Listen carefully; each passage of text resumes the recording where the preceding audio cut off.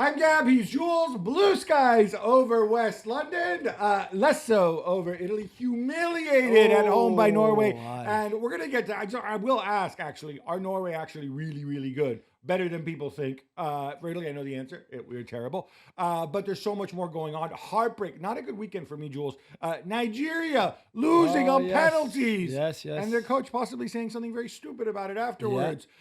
Germany giving a scare. All to play for against Slovakia now. I wonder, hey, hello, Deutschen. You want to join us in the playoffs? How about that? England staying perfect. Although maybe not the greatest of performers. There's a dead rubber. B team. So there's a ton going on. Well, let's start at the San Siro, the most iconic place in football to some people. Of course. All right. Going into it, all Italy had to do was win by 9 goals. Yeah. Scored in the first 10 minutes, and I'm thinking to myself, we're Yeah, on track. We're on exactly. pace to score the 9 goals that we need Yeah. against Norway. And then they create, I think, one realistic chance for the rest of the first half. And then in the second half, Norway start playing, and the bottom falls out. I have a lot to say about Italy, but I really want to give Norway their due because they were perfect in this qualifying. They didn't just win every game. They won by a ton of goals. And I have to ask, and with a country like Norway, you're going to have some superstars in some positions, and then you're going to have other guys like Christoph Ayer, who, or Hagem, who are what they are, right? Yeah. Are they better? Like where do we actually put them? Because it's so awkward to play against 2 big men. Yeah. And you've got Odegaard who can spread the ball. And you've got the, speedsters and Nusa and Bob potentially. Could they spring a surprise, the World Cup? Yeah, I think certainly attacking wise, they're very good and they will cause a lot of problems to a lot of teams. Defensively, I'm not too sure. I'm not too sure about Solbakken either as a head coach. So I think they will go to the last 32 without a doubt, I think, even if they won't be seeded, obviously. So they might have a group where they play another top teams. But then, again, top 2 will qualify and best third will qualify as well. So everybody will qualify pretty much. So they will be there for the last 32. I would think they will be there for the last 16. And then, I don't know if it could happen. It's a World Cup. Yeah, but I don't know if they can make the quarterfinals. I don't think they are in the top 8 best countries in the world right now. You're right, it's possible on the day. Of course it is. But let's not forget, this is their first World Cup since 1998. They're not used to playing those competitions. It will be a long season for the likes of Haaland and Odegaard, etc., etc. So we'll see. But certainly in those qualifiers, in a group that was a bit tricky outside of Italy, even, with the likes of Israel, for example, they've done extremely well. All right. Moving back to Italy. I want to make this very clear. I think there's certain truths, and you please jump in and correct me. I'm going to say one of my truths. Okay, number one, it's not a talent issue. Italy have been ranked, even when they were in qualifying, between 10th and 12th in the world. You look at even the players who were out there, no Sandro Tonali, whatever. They're not bad players. They're generally players. Yeah, there are positions where it lacks talent, but like in every team. Yeah, but I mean, man for man, they're not Spain or France or Brazil, but they're in the next rung down, right? So this cannot be an excuse. I don't want to hear like, oh, too many foreigners in Italy, root and branch review. It's not. It's just nonsense, right?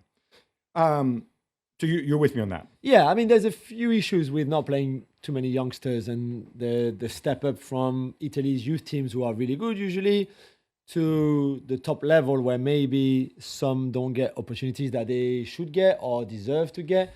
And that maybe slows down a little bit their progress. My other truth, frankly, is that it's time to move on from Marino Gattuso right now. And so you would sack him now? You would sack Gattuso now? Yes. And they're talking about having a mini training camp in February, and then you're gonna have the playoffs. And the reason I do that is beyond the fact that I think he's not a good representative as a national coach because of some of the stupid things he said and his reaction yesterday. I don't think this team responds to him. He had a path laid out, try to not make up the whole goal difference, but try to. Do you know that since he took over, Norway had a much better goal difference than Italy? So leaving aside those first 2 games. That's not acceptable. Do you agree? Yeah, I think so. But I don't think he's ever been a good coach anyway. So between having a not good coach, who is Gattuso, and a not good coach, who is somebody else, I will pick somebody else. Somebody else. Because I think you need to send a message. This is not who we want to represent Yeah. us at this stage. We have to have a little bit of pride. And also, even if he gets through the playoffs, what's he going to do at the World Cup? I'll tell you, nothing. Jules, we both had a stat. I will give you my stat, Yeah. and then you apprised me of another stat. So this is the first time since 1984 that qualifying for Euro 84. Yeah. When, by the way, there were only 8 teams qualifying, so the groups were actually a lot tougher. Yeah. That Italy have lost 2 games in a qualifying sequence. Right? Okay. Normally, it's a Normally, lot of draws, yeah. right? That's not acceptable. No. You had an even better stat. Well, I don't know if it's better, Gabby, but it was the worst home defeat that Italy suffered since they lost 4-0 to Yugoslavia in 1955. So ever since 1955, they've never lost 4-0 or 4-1 or with that kind of home defeat. And you can make the point that the 4th goal was in garbage time and blah, blah, blah, and Holland, quick succession, yada, yada, yada, individual errors. Fine. Make an alternate reality where the game finishes 1-1 or even Italy win 1-0. It's still garbage. No, it's still garbage what we saw. It's not a good campaign at all. It's not a good campaign. The Israeli game, with the miracle at the end, was unacceptable. How many goals you can concede against Israel, against a team like that. Overall, you said earlier, between a bad coach named Gattuso and a bad coach named somebody else, I picked the bad coach. What about getting a good coach? Is that possible as well? Because let's be honest now, since Mancini left, and to be fair, that was chaos, and I get it, the way he left, and that was a massive mistake. But since then, it's been a shambles on who they appointed, for how long, when, what happened, who replaced him, etc., etc. What about getting the right guy this time? So this is how I would approach it. I do believe in getting the right guy. I would take a step back, and I would say, okay, Gattuso gone. I would bring in an interim coach for the playoffs and really take my time to lead for the World Cup. And before somebody comes out and says, oh, no interim coach is going to want to come for just 2 games, blah, blah, blah, and then be overlooked for the World Cup. I don't know that. You don't know that. Let's see. Let's take our time. Yeah. Like international coaching is a different animal from club coaching. You have less time with the players. It's harder to, give an identity. Of course, if you're Didier Deschamps and you're there for 10 years, yes, you can form an identity. But Didier Deschamps also was able to form his identity because he actually won things. Yeah. And so people then listen to him. Yeah. I would rather approach it that way. I don't think you need to be a genius to be a World Cup coach, right? For these 2 games in the playoffs, I just want somebody who's going to give us the best possible chance of winning, right? Italy will definitely have better players than anybody that they play.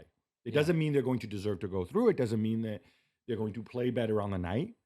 I'm just somebody who goes and executes and takes it along. If it's Fabio Capello coming out of retirement for 2 games, as somebody suggested on television last night, You would take that? Why not? Rather than Gattuso, yes. Okay. I think it's also important to have somebody who can represent you well. Hearing Rino Gattuso after the Moldova game is 0-0 until what, the 80th minute, whatever. You just won 2-0 against Moldova, who long since eliminated, right? And he comes out and he gets all aggressive and he talks about how well they played because they created chances against Moldova. And by the way, Moldova, they're all professionals and they all run around and blah, blah, blah. And then he says, and besides, in 1994, there were, and this is what I really didn't like about him. And you, Gattuso, I do not believe that, the things that people have said about him in the past. I think sometimes he just speaks without thinking. But you have now added more fire. Because when he said, well, in 1994, there were only 2 African teams. Actually, there's 3. And look, and now there's 8. Actually, there will probably be 9. Yeah. And then like, look, in South America, everybody qualifies and blah, blah, blah. And I'll stop here. Okay, you stop here. Why?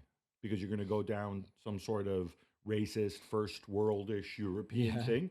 You think these European teams are also, hot stuff and everybody else can't play football? You, of all people, you should know this. What he then said you're was not offensive. surprised, right? You're not surprised. We know this is the kind of guy he is anyway. He's always been like that when he was a player too. This is why I go back to why did they appoint this guy in? What for? Why did they rush it? They had enough time after the Spalletti debacle, Yeah. right? I don't know. For me, that alone, I'm sorry, you don't represent me. And then after the game, and then seeing him and he's dressed just all in black and he's all wet after the game and he comes out, oh, I have to apologize. But yeah, he also complained after the Moldova game, right? He complained about people booing him and his team, saying Yeah. that they weren't being civil. I'm sorry, you're not civil to people who play football in other parts of the world. By the way, correct me if I'm wrong. Morocco is a country in Africa, right? Were they? How did they do in the last World Cup? Yeah, pretty well. Yeah. Just wondering about that, right? Yeah. And if we want to go there, how did Italy do against New Zealand in 2010? The second to last time they were in the world in the World Cup, by the way. So it's just such an embarrassment that I don't want to go on. Like the players are there. I think you need to make a bold move.